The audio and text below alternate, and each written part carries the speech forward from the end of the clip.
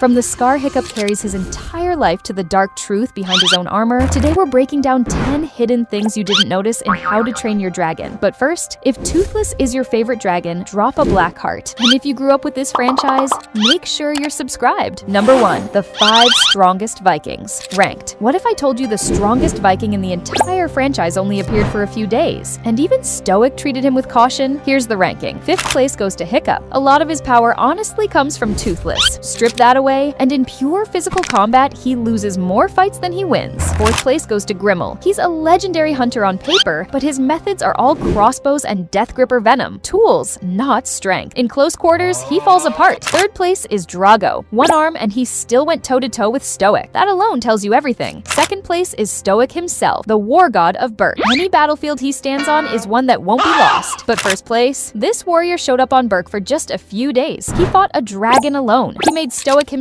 take a step back. So the question is, do you know who he is? Let me know in the comments. Number 2, the real reason Hiccup was chosen weight. The universe deliberately skipped the best student. And here's exactly why that had to happen. By every single metric, Astrid should have been the one. Most skilled, most ready, top of dragon training. If the story was selecting for the best Viking warrior to face dragons, she wins every time. But here's the brutal truth. If Astrid had found Toothless in that forest, injured, grounded, helpless, she would have killed him perfectly, efficiently, without hesitation. That's what a good Viking does. That was the only outcome. It had to be Hiccup, the worst student in the class. The one Viking so bad at the job that he hesitated. The one who looked at a downed Night Fury and felt guilt instead of glory. He dropped his knife. That one moment of weakness, that one terrible Viking decision, is the reason every dragon in the franchise is still alive. The hero wasn't chosen by strength, he was chosen by failure. Do you think Astrid would have done it differently, or would she eventually have made the same choice? Number 3, the scar that changes everything. There's a tiny scar on Hiccup's chin that appears in every single film, and almost nobody stops to ask where it came from. It's there in film 1, it's there in film 2, it never disappears. And in How to Train Your Dragon 2, we finally learn the origin. Not from battle, not from dragon training, from Cloudjumper, the dragon who tore his family apart the night his mother was taken away. So every time Hiccup stood in front of Berk defending dragons, arguing for peace, putting his life on the line for them, he was doing it while carrying a permanent mark from the moment dragons destroyed his family. And here's what makes it almost unbelievable. The first time Hiccup sees Cloudjumper again as an adult, he doesn't reach for a weapon, he chooses trust. So tell me, is that forgiveness, or is it the single bravest thing Hiccup ever did? Comment forgiveness or courage below. Number 4, the dark truth behind Hiccup's armor. It took me 6 years to realize Hiccup's armor in How to Train Your Dragon. 3 is made from Toothless's scales, and when you actually think about how he got enough of them, it gets dark. In the hidden world, every rider wears armor that matches their dragon. Astrid's is blue like Stormfly. Hiccup's is black like Toothless, but a full suit of armor requires hundreds of scales. Dragons don't just hand those over willingly. There's a scene where Toothless scratches himself and a few scales fall off. Fans use this as proof that scales shed naturally, but watch Toothless's face in that moment. He looks uncomfortable, agitated, and Hiccup is right there, watching every piece drop. Here's the theory. Toothless isn't shedding, he's being harvested. Hiccup figured out how to accelerate it. Stress, scratching, just enough discomfort to keep the scales coming. The Vikings didn't stop exploiting dragons, they just found a gentler method. And Hiccup wears his best friend's skin while calling himself a dragon protector. That armor isn't a symbol of their bond. It might be proof that even heroes never stop taking from the ones they love. Number 5, 3 things you didn't know about the Deadly Nadder. You've been underestimating the Deadly Nadder this whole time. Here's what makes it genuinely terrifying. Detail number 1, you can tell males from females by the horn. A male Deadly Nadder's horn is straighter, while a female's is more curved. It's a tiny detail hiding in plain sight across every scene. Detail number 2, the scales are armor. Astrid used Stormfly's shed scales to make reflective armor, and in environments with intense light, like the hidden world, those scales reflect an entire spectrum of colors. The glowing effect you see isn't magic, it's biology. Detail number 3, the fire melts metal. Deadly Nadder flames are produced by burning magnesium powder, making them among the hottest fire in the entire dragon world. Hot enough to melt metal. When combined with zippleback gas, they create instant, massive explosions. And there are 82 spikes on its body, all launchable in a fraction of a second. And one genuinely cute detail. Scratch its chin and every single spike softens. Do you know any other Deadly Nadder facts the films hide? Share them below. Number 6. What if Grimmel was created in Brave? Wait, what if we already saw the moment that made Grimmel the man he became, and it happened in a completely different movie? Both Brave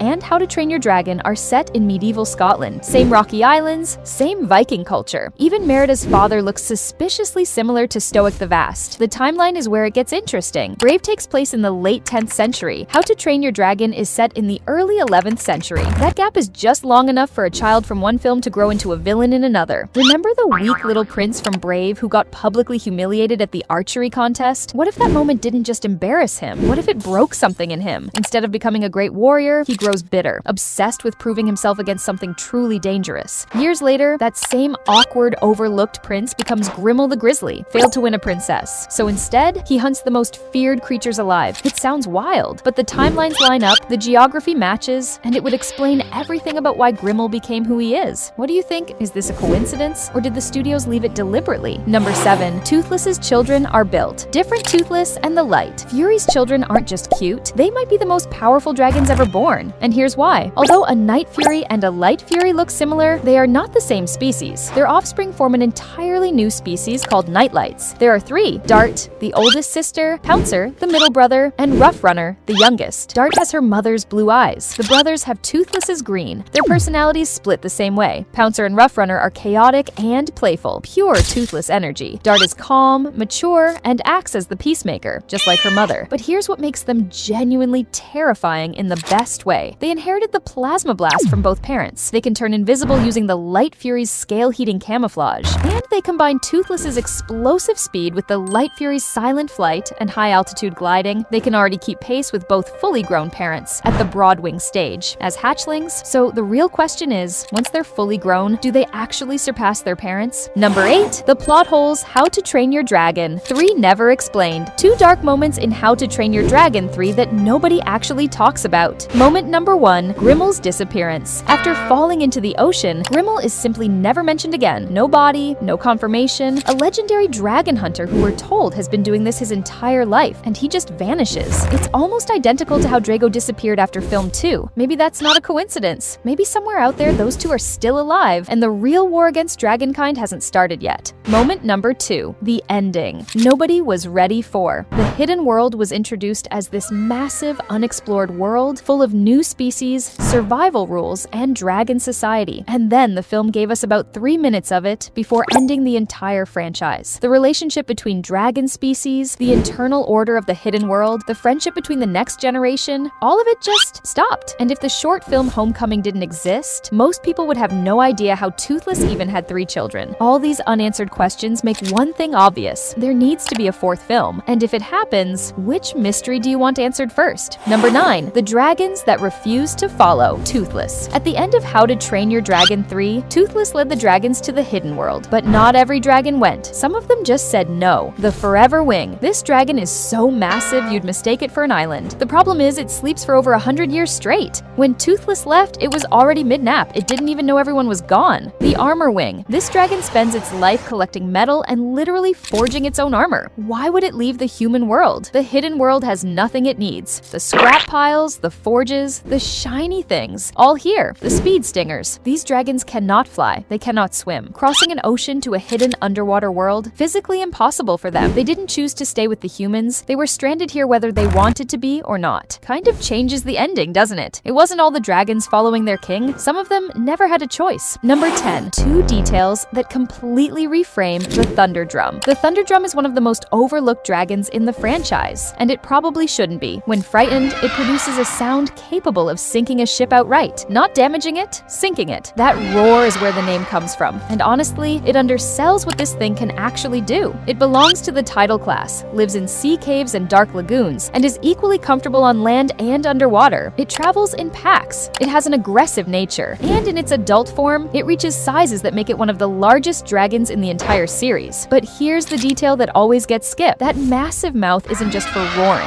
The sharp teeth and the jaw structure allow it to release air pressure fast enough to function as a physical weapon. It's not just loud, it's a biological cannon. And yet somehow, the Thunderdrum barely gets mentioned in the same conversation as the Red Death or the Bewilderbeast. Which dragon do you think is the most underrated in the whole franchise? Let me know below. And that's it. Which detail hit you the hardest? A hidden theory, a dark reframe, or or something you genuinely never noticed? Drop it in the comments. If you want the next part, hit that like button and make sure you're subscribed because we're going even deeper